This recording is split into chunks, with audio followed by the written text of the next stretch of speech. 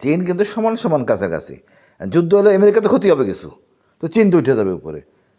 চীন উঠে গেলে হেরা আমেরিকার উঠতে দিবে না। দেন ইরানের মধ্যে ইনফ্লুয়েন্স আছে, পাশাপাশি আফগানিস্তান, এটাকে হারানো ভেরি ডিফিকাল্ট। হরমুজ পোলানি থেকে শুরু করে সবটাতে নিয়ন্ত্রণে। ইরাক ঘুমায় আছে, ইরাক যে কোনো সময় খেপে যাবে। আমেরিকা দমন করছে, এটাকে মেনে নিছে ইরাক জনগণ? না। মনে চাপা খুব আছে। সুতরাং যত সহজ মনে করেন সমীকরণ হবে না। প্রথম ও দ্বিতীয় বিশ্বযুদ্ধ নিয়ে তো আপনার অনেক স্টাডি করা আছে। এই পৃথিবীতে যে যতগুলো যুদ্ধ আমরা দেখলাম যেগুলো খুব ম্যাসাকার হয়েছে, সেগুলো তো আসলে মুসলমানদের তেমন কোনো না এগুলো যুদ্ধ বাঁধানোর ক্ষেত্রে। পরাশক্তি যাদেরকে আমরা এখন চিন্তা করি যে তারাই মূলত এই যুদ্ধগুলো বাঁধা। এবং আমরা এখন লাস্ট যেটা দেখতেছি ইরানের সাথে আমেরিকার একটা আলোচনা এন্ডিং স্টেজ, এবং সেগুলো যে কন্ডিশন তারা দিচ্ছে, আমরা খুব মানে সহসাই একটা যুদ্ধের আবার হয়তো বা মুখোমুখি হচ্ছি, মানে ইরান এবং আমেরিকা ইসরায়েলের যে যুদ্ধটা। সব মিলিয়ে প্রথম বিশ্বযুদ্ধ থেকে হিস্ট্রি যদি টান দেন, তাহলে এটা কি অবস্থা আপনি দেখতেছেন ইরানের এই পজিশনটাকে এখন? আসলে এই আমাদের ইরানে আমরা যেভাবে ডেভেলপ হওয়া উচিত ছিল সমরাস্ত্র পরমাণুতে, এটা হইতে পারেনি অটোমানদের জন্য। অটোমানরা ইভেন হোলি কোরআন তারা টাইপ করে দিতে চেয়েছিল, ফ্রান্স দেয় নাই। না, কোরআন সবার দরকার নাই, আমরা নেগেটিভ ধরবেন, নেগেটিভ না বলে শিখবেন না। আচ্ছা, এই যে মনে করেন অটোমানরা দাসী বান্দি, ইভেন আকবর বাদশারা, এগুলি কি আমার ইসলাম বলছে বলেন? এগুলি কার দোষ? এদের জন্য তো আজকে এই অবস্থাটা হয়েছে। নারী আর খুশি নেই, খুশি এইসব করে বেড়াইছে। কিন্তু অটোমানদের সময় তো পৃথিবী সাম্রাজ্য বিস্তৃত হয়েছে। পৃথিবী করে আবার সংকুচিত হয়েছে, আচ্ছা, বিব্রত হয়েছে, কারণ বিস্তৃত তার যেমন হয়েছে। সিস্টেম কাজ করে নাই, উন্নয়নের দিকে যায় নাই, তারা উন্নয়নের দিকে যায় নাই। এই যে যত বিপ্লব হয়েছে সেভাবে তার আগাইতে পারেনি। মেডিসিনে আমরা অনেক আগাইছিলাম, কিন্তু এটা কন্টিনিউশনটা অটোমান করতে পারেনি, চক্রান্তে পড়ে গেছে। তবে উচিত ছিল, যেমন বাবরের সময় কামান ইউজ করতে, বাবর ফার্স্ট টাইম এর কন্টিনিউশনে রাখতে পারিনি আমরা। এখন অস্ত্র মারণাস্ত্র হলো, এখনকার যুদ্ধ হলো গিয়া পরমাণু যুদ্ধ হবে। এখানে বসে ছাড়বে, 1000 মাইল দূরে যেয়ে পড়তে পারে, এমন অস্ত্র আছে সচরাচর। এখনকার দিনে কেউ চায় না মানুষ মারা যাক, এটা কেউ চায় না, আমেরিকাও চায় না। আমাদের হয়তো মুসলমানদের মরতে এখন আপত্তি নাই, মরলে শহীদ, এটা বিশাল একটা শক্তি আমাদের জন্য, এবং বিশাল একটা আতঙ্ক মধ্যপ্রাচ্যের জন্য, বিতর্কের জন্য। সুতরাং যুদ্ধ যতই বলুক, আমেরিকার যে ক্ষতি হবে এইটা আমেরিকা সামলাতে পারবে কিনা সন্দেহ আছে। না, আমরা যেটা স্টাডি করলাম, হারেজের একটা প্রতিবেদন আমরা পড়লাম যে ইরানের সাথে যে ফিলিস্তিনের সাথে যে গাজার সাথে যে ইসরায়েল একটা লম্বা যুদ্ধ করলো, এই লম্বা যুদ্ধতে ইসরায়েল খাদ্য সংকটে পড়ে গেছে অলরেডি। কারণ কি, ইসরায়েলের অনেক শ্রমিক বা কৃষিজীবী যারা ছিল তারা যুদ্ধে চলে গেছে, এবং ফিলিস্তিনি কিছু লোক এখানে সস্তা শ্রম দিয়ে কৃষিজীবী উৎপন্ন করতো, তারা একটা খাদ্য সংকটে পড়ে গেছে। এই সংকটের পরও যদিও সেগুলো বিশ্বব্যাপী এতটা স্প্রেড হচ্ছে না বা তারা ছড়াতে দিচ্ছে না, বা হারে যেটা প্রতিবেদন করার পর আমরা যেটা বুঝলাম, যুদ্ধের পর তারা ব্যাকফুটে আছে, এবং এই যুদ্ধটা তাদের ব্যাকফায়ার হয়েছে। সকল যুদ্ধে ব্যাকফায়ার হবে, সকল যুদ্ধে যে করবে সবার ক্ষতি কম বেশি হবে। এখন ফিলিস্তিনিরা 2টা রুটি একটুখানি অল্প খাবার হলে খুশি, আর ওরা কী ছিল, তার লেভেলটা, এই জন্য তাদের সমস্যা হবে, তাদের কষ্ট হবে। তাদের একদিন গ্যাস না থাকলে পাকঘর চলবে। এই বাড়িতে আমি দেখেন যা আছে, গ্যাস না থাকে কি হবে? এই বাড়িতে যদি বোমা মারামারি শুরু হয়, আমার কি বিল্ডিংয়ে থাকা সম্ভব না? একবার চিন্তা করেন তো। সুতরাং অনেক কিছু ব্যাকফুটে তো সবাই যায়, এটা যুদ্ধ কোনো কাম্য না, এটা কোনো সমাধান না।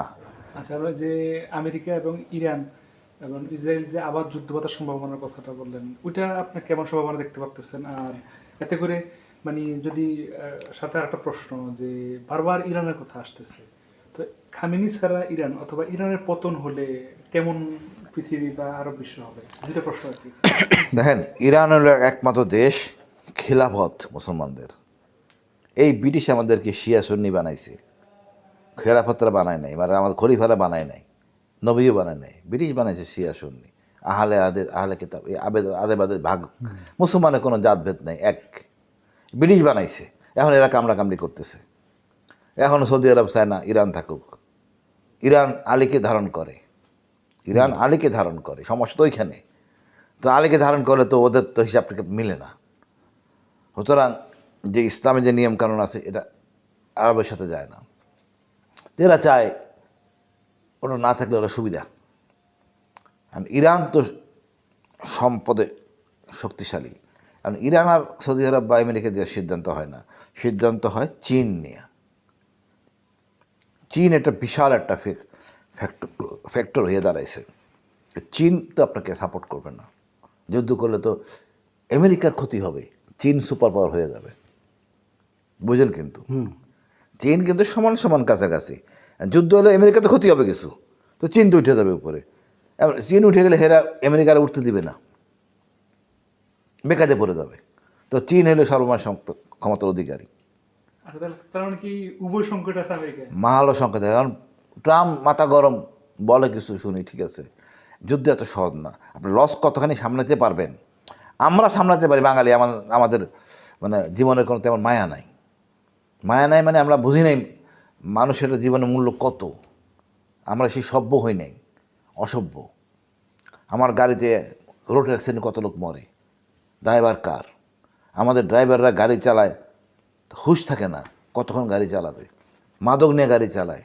আসলে আমাদের এই যে অনেক কিছু শিকার আছে, সভ্য হওয়ার জন্য অনেক কিছু শিকার আছে, আমরা শিখি নাই।